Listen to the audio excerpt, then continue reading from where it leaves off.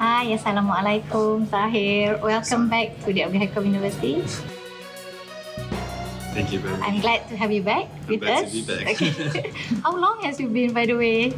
How long have I been away? Yeah. Close to 8 months. Oh, only 8 months. Yeah. All right. Yeah. How do you feel about coming back? I didn't think I would come back before my convocation, that's for sure. Yeah, okay. So our convocation will be next year. So hope to February, see you by then as well, right? Yeah, I'll definitely be Okay. there. By the way, on behalf of DRB-HICOM, I have a few questions that I wanted to ask you. Okay. First, thank you so much for coming, for agreeing to come and join us. Okay, My for pleasure. this interview. Okay, my first question: why did you choose DRB-HICOM University? Since I was younger, I always had a passion in cars, and if this university was actually recommended to me by my dad's colleague and close friend. He used to send us to school every morning, and he told me one day, Zahir, I know a university very near here that is specializing in automotive industry, and you should maybe learn about it, check it out, maybe you'll like it. And then when the time came for me to actually select a university, I did my scouting for my research, I would say, for a few, to name DESPARC and TOC and DRB-HICOM itself. And also Limcott Wing, but that was more towards the far-fetched dream that I don't think could have exactly. achieved.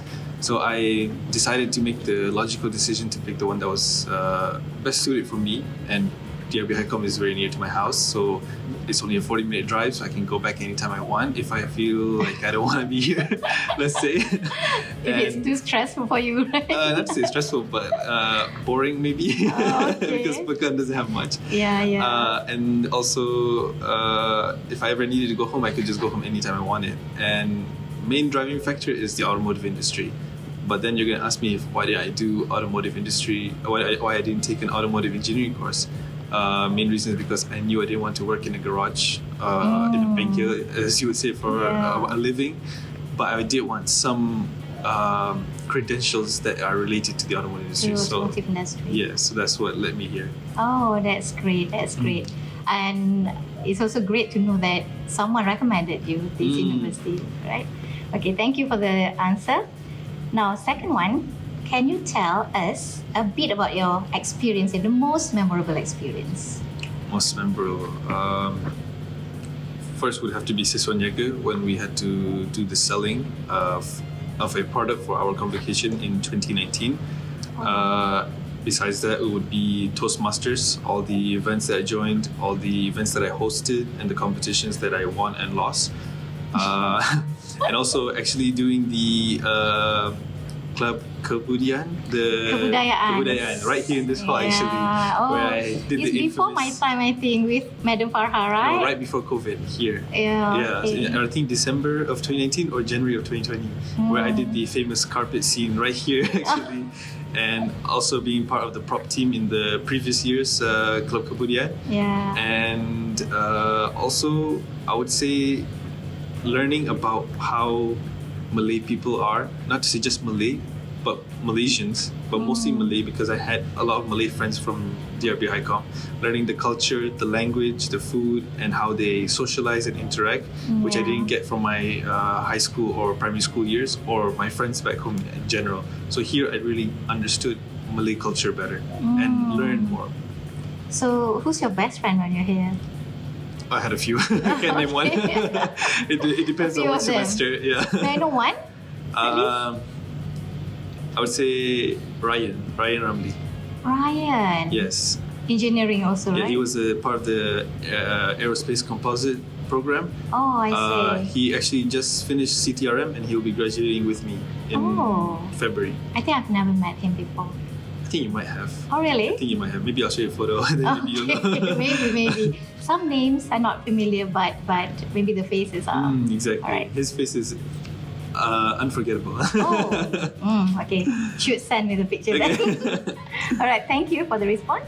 The third question: what advice could you give to SPM students or those who are taking SPM or graduating from the SPM, who are considering going to college? Be sure what you want, but at the same time, don't expect what you study in college to be what you do for your career. Because from my experience with when I started working, I found out 80 to 90% of people who did whatever course, whether it be HR, IT, or logistics as me, they don't end up doing that for their 9 to 5, or maybe they don't even have a 9 to 5. They end up starting a business instead and become successful. Like in my internship at DKSH, one of our top managers, he did his degree in HR but ended up becoming a manager for logistics and supply chain. And my mentor before that, he didn't really have a solid education like most people, like me, I would say. He just did a diploma but ended up going into insurance agent, working in a bank, call center, and now he's a businessman. And he's something that I really bring that point to life.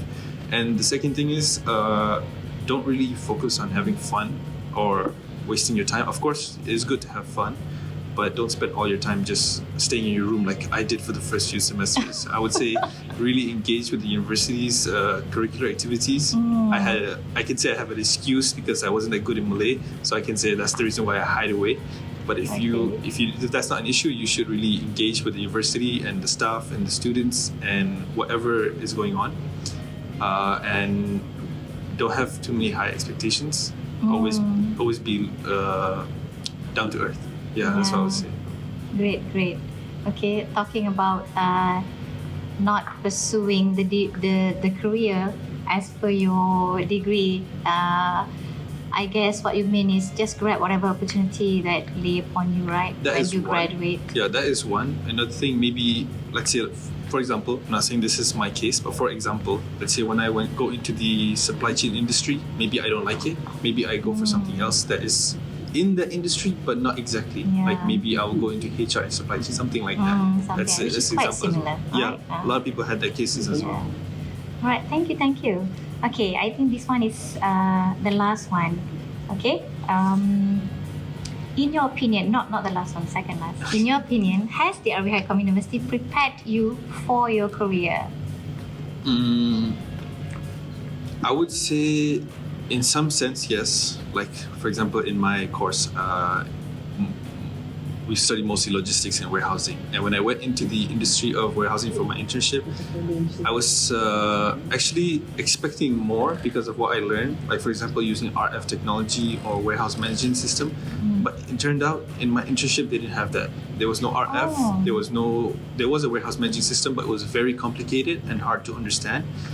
So I would say, yes, I was prepared in the theoretical sense. But in practical, I think it could have been better. Yeah. But in terms of theory, I was prepared, more than prepared. And just in So the the theoretical. practical part needs to be adjusted a little bit, I would like say depending so. on the organization as well. Right? Yes, Some like- organizations, the running of the company is different. The operation side is different. Exactly. But in my internship, during my time, they implemented RF. Oh. During my time. Now During they your have time. RF. When I joined, they didn't have. Oh. And then at the same time, I'm not saying that all courses are not preparing for practical, like engineering. Of course, we have state-of-the-art garages. But for supply chain, I'm giving that as an example. All right. Okay, I understand. Okay, last one. Okay, this is the right one. Last one.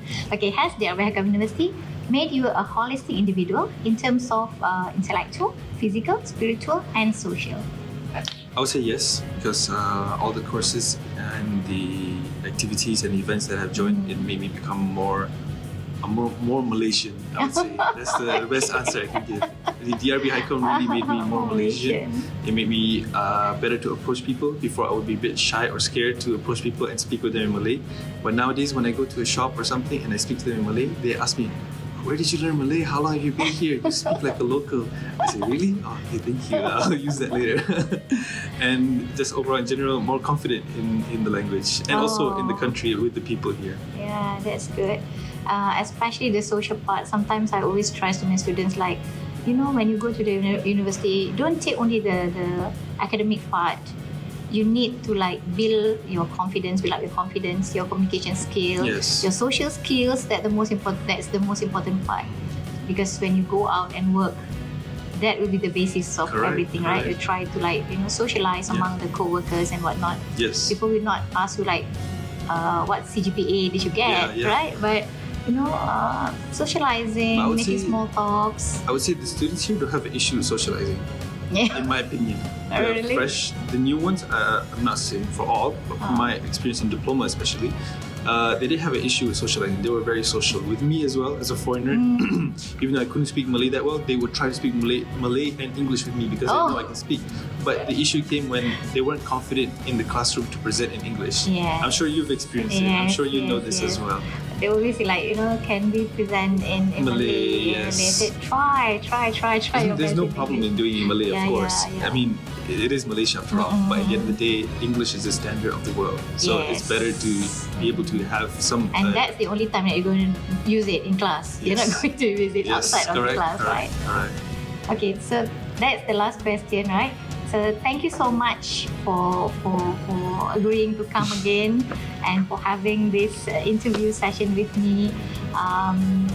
Your name come like a flash when they say like, who's you gonna ask to come for that alumni? Because the one that I remember, all the sisters are here, and you also, and then you have been an MC for our event, right? Yeah. That FOB event. Yeah, I last still remember year. that. Yeah. FOB Appreciation Night. Yes, Yeah, you were the MC, right? Correct.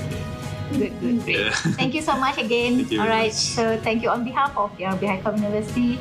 I would like to thank our guests, our alumni, Zahir, for coming. Okay, thank you.